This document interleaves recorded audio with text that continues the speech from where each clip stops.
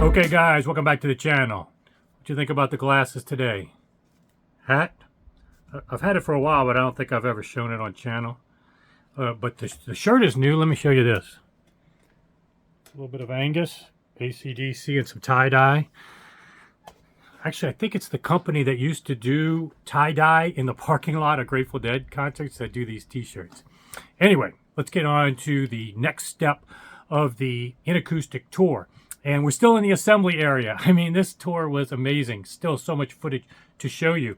But hopefully you've enjoyed what I've shown you to date and digested a lot of that stuff because, again, as I've mentioned in previous videos, it's all about understanding the technology, people behind it. And one of the takeaways, if you haven't already gathered this, subliminal takeaways, other than the overt ones I've talked about, is how transparent these guys are at Inakustik, showing you all these things that they've already shown you. And you're going to see a lot more. Today it's the power conditioners and under the hood of the power conditioners. But that, as well as the quality of guys behind it. Hopefully you're taking that away, as well as all the technology that I've showcased. But getting to the power conditioners today, if you're a long-time subscriber, you know I use the 4500 Inakustik, and I have a couple videos. Maybe I'll put a link up to them where you can watch them at your convenience if you haven't already. And let me get this out the way. Most people do not need a power conditioner. Let me repeat that. You do not need a power conditioner in most cases. What people need often is extra outlets and the ability to have one source to plug all your equipment in with minimal runs of power cords. So you need some form of distribution, and over time people have gravitated to these distributors that also include some form of filtering and protection, or even regenerating and all this, and getting you really neurotic. But as we showed with Rex coming to my home, doing measurements actually in the panel for the entire house, as well as checking in your room, a lot of that is still could be valuable to have filtration. But in my opinion and my experiences, direct experiences, a lot of power conditioners are actually worse than power distributors, or obviously just plugging right into the wall, especially with amps. Because what I've found is that the unadulterated flow of power to your gear with the minimal amount of resistance, the best connection quality, makes more audible difference in every case that I've seen versus filtration. Most people's equipment and their power supplies and the transformers in their gear do enough of the filtration such that that's not an issue. If you do have a poor power supply in a piece of gear or some anomaly, I'm not saying that filtration can't help you, and certainly the Inakustik power conditioner has a level of filtration. But what I've found the biggest benefits of the 4500 Inakustik is two things. Number one, I could plug my amps into it without any diminishing impact on the sound quality, and I can't say that for most power conditioners. There's almost always, that's the most noticeable thing, is that when you plug a power conditioner, your amps into a power conditioner, you notice that lack of dynamic suddenness. Even in extreme cases, I've noticed distortion because it's just not getting the power it needs. If you play loud and your speakers and amps demand that power instantaneously, there can be you could run numbers and formulas of how much resistance is added by that power conditioner filtration and probably figure out why you're having a voltage drop. But in any case, the benefits that what I've found tangible is two things. Like I said, no diminishing impact of plugging amps into it, because they have two different types of outlets for analog versus digital, where there may be more filtration on the digital. But the other benefit you're going to hear about today is the DC blocking and why that is important. And you're going to hear exactly a great explanation of asymmetry on the line and why that will make certain transformers hum. We're not talking about hum, ground loop hum coming from your speakers. We're talking about transformers, toroid transformers that actually will hum if you put your ear up to a toroid transformer in your amp, if it's a big toroid. Oftentimes, if there's asymmetry on the line, DC, then you'll hear that hum. And so obviously if you can get rid of that hum, it's an easy answer, this is something you're hearing now. Now you're not hearing it. That's a benefit. And that's what DC blocking often fixes with any kind of noise coming from the chassis of toroid-based transformers. And that's what the Inakustik 4500 offers you, which a lot of power conditioners don't have. And so there is tangible differences you can hear right off the bat. And then the filtration side as well can give you a little bit additional performance. But I think it's those two things: amps being able to be used into this distributor and power conditioner, and DC blocking will have the most AB easy to hear differences potentially, then the filtration. Now, again, let me also, one takeaway before we get started. You got to be impressed as well with these guys, the fact that English is their second language. And Marius, the one that does the power conditioners today, able to speak fluently English as a second language, explaining this is very impressive. But you're going to probably have to listen a little closer because of the noise floor and the fact that he's translating in his head German to English to go through the power conditioner. But again, what you're going to notice is adherence to CE certification, which probably is another thing I've left out. All these other power conditioners that don't have any kind of certification, I wouldn't use them, quite frankly. And if they just have the UL listing on the outlet and not the entire piece, that's a red flag.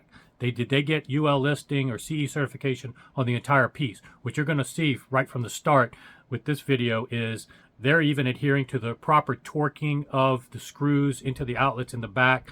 Exact precision, compliance in every respect.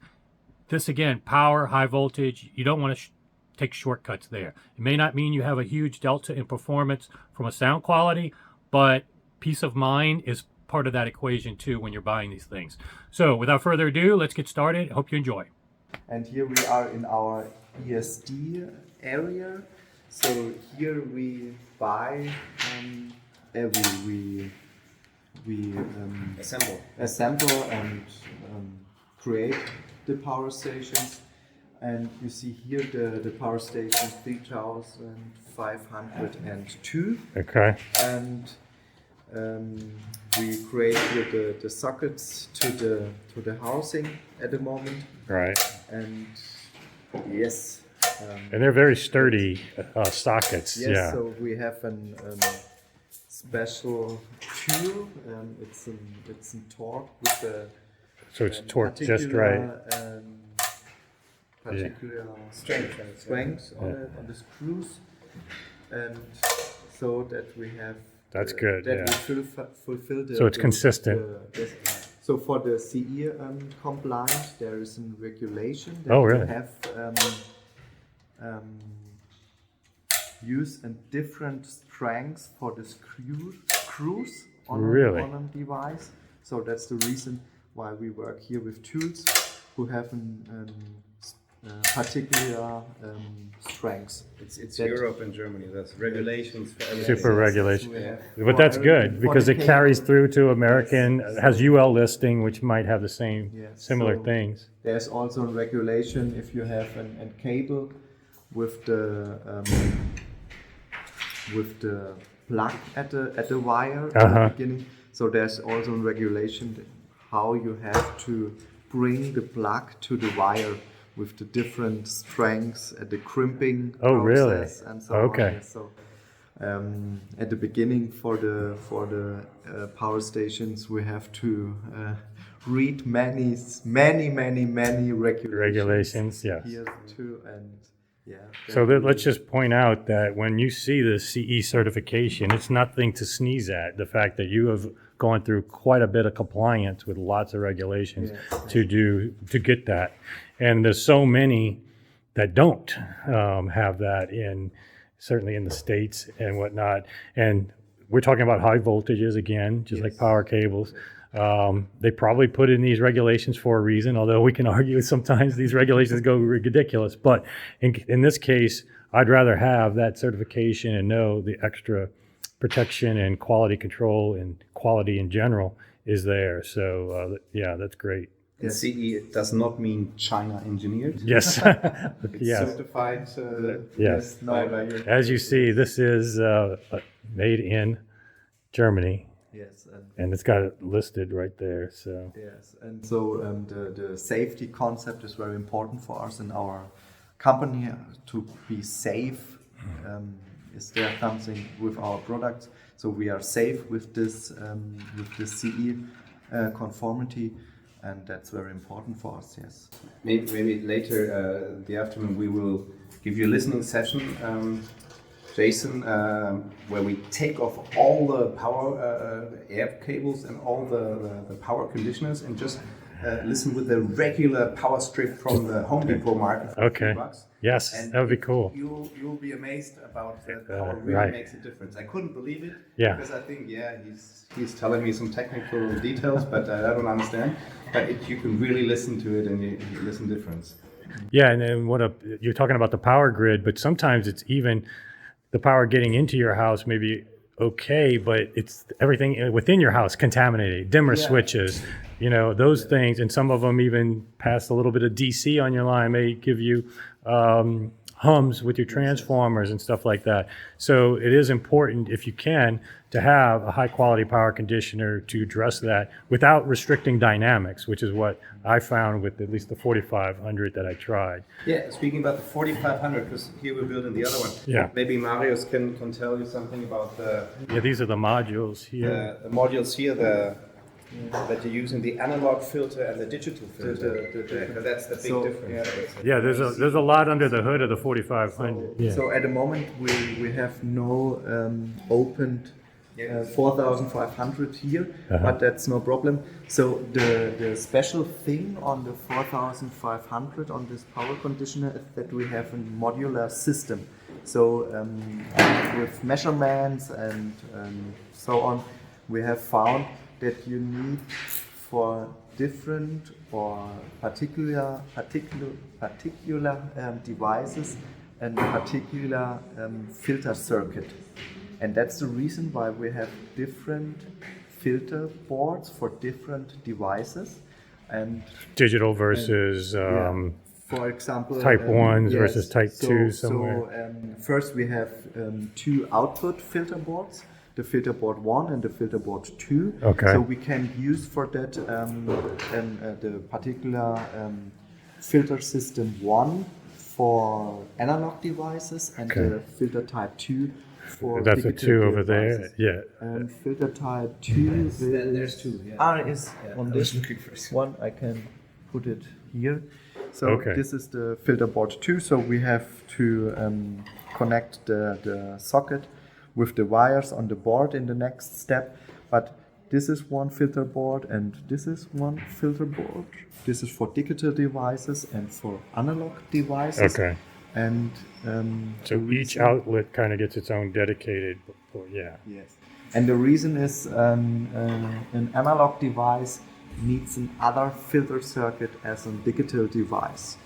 This has shown our measurements in the laboratory, and the reason is the filter will create a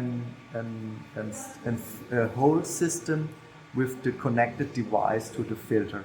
And then the filter tries to build an optimum device with the connected device. Okay. And so that's the reason why we have different filter boards. And at the input we have also a special filter board. This filter board has every power station 4500. This is a filter board to suppress the DC components in the net, in the power grid. Okay. So Because it blocks we the have- DC. Yes, That's the important. DC. A lot of power conditioners don't block DC. Yes, that's a Yeah. new point also in the 4500. So the 3500 has no DC blocking, suppression. but the one I have, But the new power station has it, and the reason is in the power grid we have now many devices who only use 1/2 wave from our sinus wave. Okay. And that's the reason the sinus wave we have is not symmetrically used. So if we use only the positive So it creates for asymmetry example, in the line. Yes, okay. and not the negative value. Yeah, Then we and that get creates an- the asymmetry that causes the hum. Yes, yes, Okay, and I'm that's glad you the- explained. I mean, I know enough just to get myself okay. in trouble, but now that you explain that some of these devices are only using, Yeah. now it explains why Yeah. the asymmetry Yeah. is caused. So yeah, that's great to know. And so in a given 4500, you're going to have a lot of components Yes, in many that box. components. You know, I have the 4500, and I think I would recommend, especially when you get the DC blocking, if you can get the 4500, swing that in your budget. This a lot of value for your money, a lot of protection. Yes, but there are many filter boards inside, and also the power distribution in the filter is also very complex. So I can show you.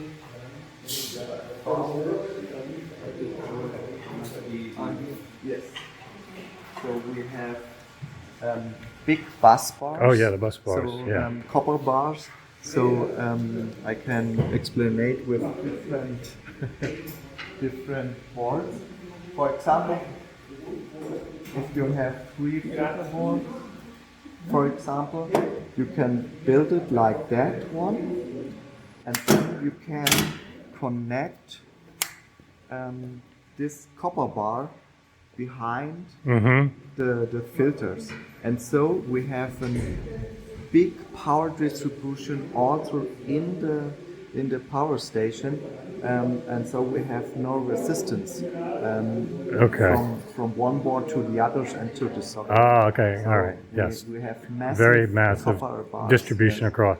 And then also I was understanding now you can take customization, whether you need 3 analog versus 3 digital, you can mix and match because it's a modular thing. Yes. So depending on what your needs are, you may only need a couple of analog, everybody's doing a lot of digital, or you may need more analog if you've got monoblocks and then you've got turntable, stuff like For that. example, like that. So you So can also- customize your power conditioner 4500 to your exact needs, which very few companies do. Yeah. That's a big We had some advantage. customers who only needed 6 digital and another one doing 6 analog. Yeah. I don't know what kind Okay. of system they Yes, have. that's weird. Yeah. Or Okay. Yeah, or you have 4 analog and 2 digital. Or maybe they bought 2, one for all their digital, 6 of them. Some of these companies, some of these systems are ridiculous now. But yeah, this is impressive. I'm glad I have it in my system, and I'm glad I get to see behind the scenes. So yeah, thank you for that. That's a very big advantage